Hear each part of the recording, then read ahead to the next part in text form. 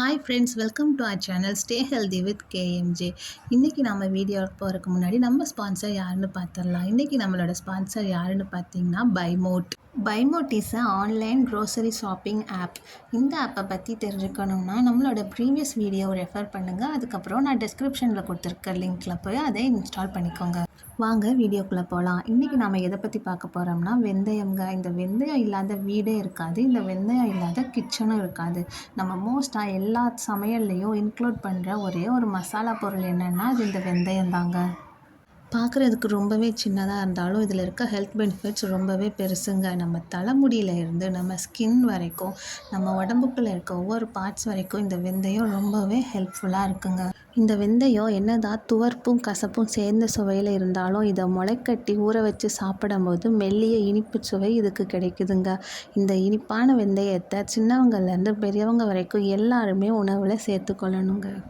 நம்ம தினமும் வெந்தயத்தை இன்க்ளூட் பண்ணிக்கிறதுனால நம்ம உடம்புக்கு தேவையான நார்ச்சத்து, புரதம், கார்போஹைட்ரேட், கொழுப்பு, இரும்புச்சத்து, magnesium, sodium, potassium, calcium, vitamin C, vitamin பி6 என எல்லா சத்துமே நமக்கு கிடைக்குதுங்க. சுகர் பேஷண்ட்ஸ் இந்த வெந்தயத்தை இன்க்ளூட் பண்ணிக்கிறதுனால டைப் 2 டயபெட்டிஸை குணப்படுத்தலான்னு சொல்கிறாங்க. வெந்தயத்தில் இருக்க அதிகப்படியான நார்ச்சத்து நம்ம உடம்புல இருக்க ஜீரணத்தை அதிகரிக்க பண்ணுதுங்க.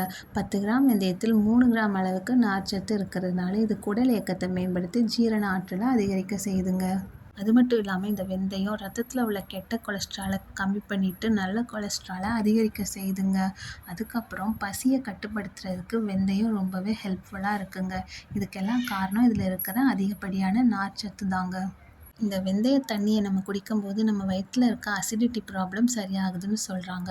அது மட்டும் இல்லாமல் வெந்தயத்தில் ஆன்டி இன்ஃப்ளமேட்ரி பண்புகள் அதிகமாக இருக்கனால உடலில் உள்ள இன்ஃப்ளமேஷன்கள் ஏற்படாமல் தடுக்குது. அதுக்கப்புறம் இது மலச்சிக்கல் ப்ராப்ளத்தை குணப்படுத்துங்க. வெந்தயம் உடலுக்கு மட்டும் இல்லைங்க, நம்மளோட ஹேர் மற்றும் ஸ்கின்னுக்கு ரொம்பவுமே நல்லதுங்க. அதில் இருக்கிற விட்டமின் சி மற்றும் விட்டமின் பி6 ஆகியவை நம்ம சருமத்தையும் தலைமுடியும் பொலிவாகவும் பளபளப்பாகவும் வச்சுக்க உதவுதுங்க. இப்போ நான் சொல்ல போகிற இந்த வெந்தய ஹேர் மாஸ்க்கை நீங்கள் டெய்லி யூஸ் பண்ணிங்கன்னா உங்கள் தலைமுடி ரொம்பவே நீளமாக வளருங்க. வெந்தயம் மற்றும் பாசிப்பயிரை முதல் நாள் இரவே ஊற வச்சு எடுத்துக்கணுங்க.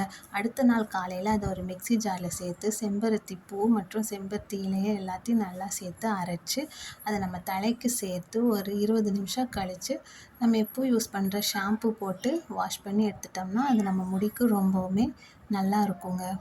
அதுபோல் நான் இப்போ சொல்ல போகிற ஃபேஸ் பேக்கை நம்ம ஃபேஸில் அப்ளை பண்ணும்போது நம்மளோட ஸ்கின் பிரைட்டன் ஆகும்னு சொல்கிறாங்கங்க. வெந்தயம் 1 ஸ்பூன், தயிர் 1 ஸ்பூன், தேன் 1 ஸ்பூன், கஸ்தூரி மஞ்சள் 1/4 ஸ்பூன். இந்த வெந்தயத்தை முந்தின நாள் நைட்டே ஊற வச்சுட்டு எடுத்து அடுத்த நாள் நான் சொன்ன இந்த நாளையும் ஒரு பிளெண்டரில் போட்டு பிளெண்ட் பண்ணிவிட்டு எடுத்து ஃபேஸில் அப்ளை பண்ணிவிட்டு ஒரு 15 மினிட்ஸ் கழித்து வாஷ் பண்ணிவிட்டு பார்த்தோம்னா நம்மளோட ஃபேஸ் ரொம்பவே பிரைட்டாக இருக்குங்க. வெந்தயம் மட்டும் இல்லாமல் வெந்தயக்கீரையுமே நமக்கு ரொம்பவே யூஸ்ஃபுல்லாக இருக்குங்க. வெந்தயக்கீரையை நம்ம பொரியலாகவோ குழம்பு வச்சோ சாப்பிடலாங்க. அது போக இந்த வெந்தயக்கீரையை காய வச்சு பொடி பண்ணி நம்ம எல்லா ஃபுட்லேயும் கொஞ்சம் இன்க்ளூட் பண்ணிக்கலாங்க. இது ஒரு சீசனிங்காக நம்ம யூஸ் பண்ணுவோங்க. அப்புறம் என்னங்க, ஹெல்த் பெனிஃபிட்ஸ் எல்லாத்தையும் தெரிஞ்சாச்சு. இனிமேல் யாராச்சும் வெந்தயத்தை அவாய்ட் பண்ணுவீங்களா?